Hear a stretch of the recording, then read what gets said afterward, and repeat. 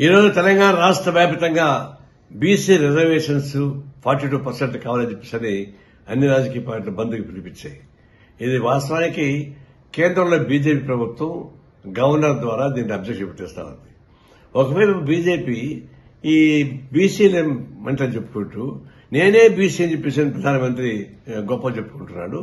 కానీ BC reservations కి తెలంగాణ రాష్ట్ర ప్రభుత్వం అసెంబ్లీ తీర్మానం చేసి పంపిస్తే ఎందుకు ఆమోదించరు?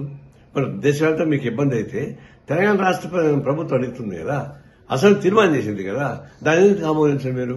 దీన్ని బట్టి చూస్తుంటే ఊరికే బీసీ అని పేరు చెప్పుకుంటూ బీసీ ద్రోహం చేసే పద్ధతులు బీజేపీ ప్రభుత్వం నడిపిస్తా ఉంది.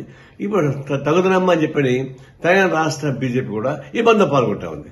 అంటే కేంద్రంలో మీ బీజేపీ బీసీలకు వ్యతిరేకమా?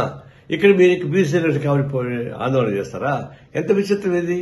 ఇదంతా చూస్తుంటే దొంగన సేటుగా ఉంది తప్ప ఇంకోటి కాదు. ఇది ద్వంద్వ ప్రమాణాలు బీజేపీ అనుసరిస్తుంది. దాన్ని తీవ్రంగా ఖండిస్తున్నాం.